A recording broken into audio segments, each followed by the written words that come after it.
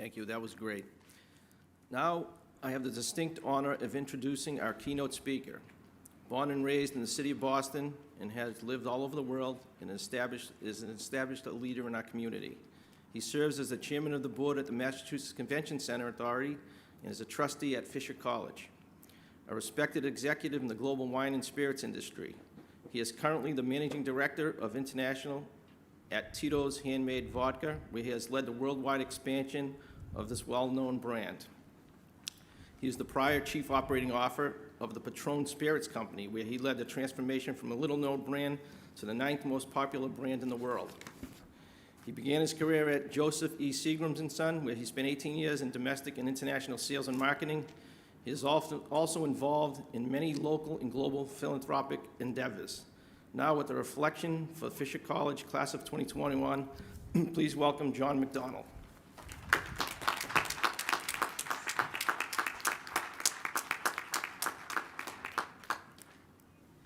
Good morning, everyone. Good morning. Okay, let's try that again, please. Good morning, everyone. Good morning. All right, that's much better. Thanks, Steve, for that kind introduction. Before I begin my remarks, I'd be remiss if I didn't acknowledge a couple of people. Janet, please stand up. Janet and her team worked very closely with the Massachusetts Convention Center Authority to work with the city and the state to make this graduation happen. You don't know how difficult a challenge that was. So I'd like everybody to stand up and please give a round of applause to the MCCA and Janet. Thank you, Janet. Did a great job. Trustees, alumni, faculty, parents, loved ones, and distinguished guests. Whether you're joining us in person or through the live stream, I want to welcome you to the 2021 Fisher College Commencement. It's an honor to be here with you today. To the class of 2021, congratulations, you did it. Over the past year, the world has thrown its worst at you, and you've responded with your best. You've persevered through hardship. You've juggled classes, internships, jobs, and family obligations. You've taken on one of the most difficult academic challenges during one of the most trying moments in recent memory, and you've succeeded. You should be tremendously proud. In any year, graduating with a master's degree or a GPS degree would be an accomplishment. This year, it's a triumph. So enjoy this moment, celebrate, raise a glass, and say a toast. And then get ready to face the many challenges that await. You're more than ready. Today, to help you chart your path forward, I'd like to share 3 things I've learned over the course of my career that I hope will guide you in yours. The first is a lesson about crisis, but it starts with a story about billboards. I spent the early part of my career working for Seagram Liquor Company. You might know some of their brands, Seagram Gin, Seagram 7 Crown. Around 1996, I was transferred to Taiwan to manage the company's operations in the country. Soon after I arrived, 2 big things happened. First, Asia got hit by a huge financial crisis and liquor sales cratered. And second, Seagram hired a new global president to head up its liquor division.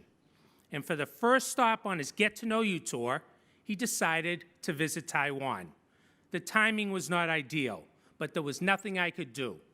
So my team and I developed a plan for surviving the downturn, which I presented to him when he arrived. All was going well until I said I wanted to slash the marketing budget. When he heard that, he hit the roof. The last thing you want to do, he said, we're in a crisis. Everybody's going to be pulling money out of marketing. You need to put even more into advertising. I was skeptical, but he was the boss. So we doubled down.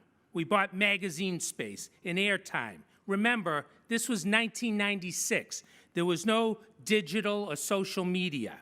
And we rented as many billboards as we possibly could. Seagram was everywhere, and our competitors were nowhere to be found.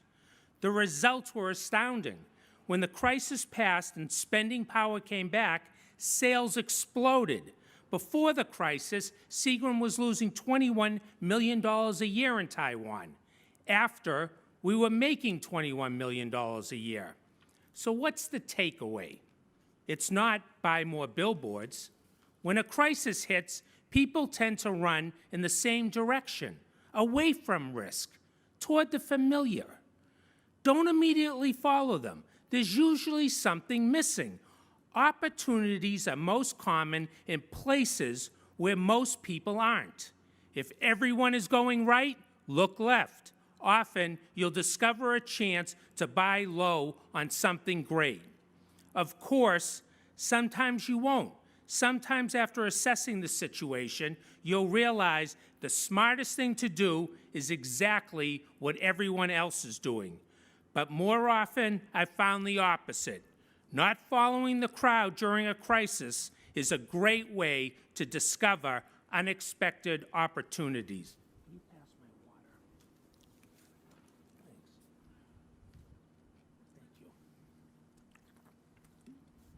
Thanks. Thanks. Okay, on to the second thing I'd like to share with you today, branding. Many of you I know are knee-deep in job applications. My heart goes out to you. It's a frustrating process. This candidate gets hired and that one doesn't. And from the outside, it's hard to tell why. It's a black box. Well, let me try and shed some light. Over the course of my career, I've sat in on a lot of hiring conversations, and I've learned this. People pick their employees the same way they buy their liquor.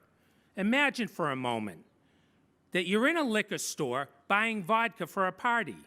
You're standing in front of a wall full of bottles, hundreds of different choices stacked from floor to ceiling.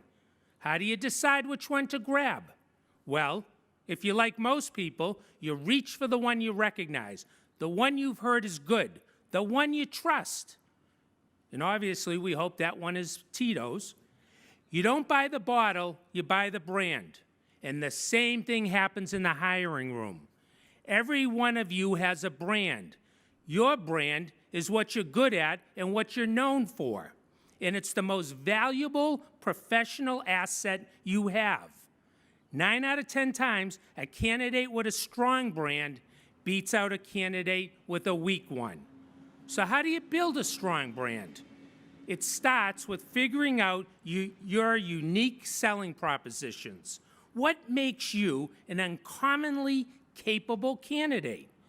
Can you speak multiple languages? Are you good with tech and people? Are you willing to move to a new city or a new country to take the job? Do you have a master's or GPS degree from an amazing college, say like Fisher? In your resume, cover letter, and interviews, emphasize your unique selling propositions, the skills and credentials that set you apart, and then show the passion behind those propositions. Talk about why you do what you do. Tell your prospective employer what you love about your industry and what excites you about the position. And be authentic. Every great brand is built on authenticity. This school's brand is a prime example of that truth. Fisher is a local college with a global reputation. That reputation has been earned in large part by students like you through your genuine commitment to excellence, equity, innovation, and service. Take those values with you from Fisher. Make them a part of your professional identity. Hiring managers won't be able to resist. So that brings me to the final thing I'd like to share with you today. A word of advice about what you do after you get that job. In the late 2000s, when I was really rocking and rolling with Patron Tequila, I was on the road 250 days a year. I had 4 different homes in 3 different states and 2 different countries. It was exciting and fulfilling and really well-paying, and it was killing me. I was putting all of my time and energy into building someone else's business. I knew I should be thinking more about my investments, about getting involved with startups or developing a side business. I knew I should be spending more time with my wife and kids. I missed a lot of birthdays, but I loved my work, so I kept going. Until one day in May of 2013, when I woke up and I said to myself, I've had it. I cannot live like this anymore, and I quit. It was one of the best decisions I've ever made.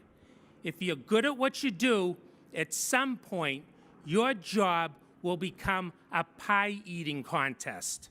Your reward for winning will be more pie. The more work you do, the more work there will be. If you don't intentionally prioritize, your job will become all-consuming. So set aside a portion of your day, every day, to focus on yourself and the things you care about. Spend time with your family. Develop new skills and new passions. Start projects. Invest in startups. Build something you can call your own. And do so with confidence. You're building on a rock-solid foundation. Wherever life takes you, you'll always have come from Fisher.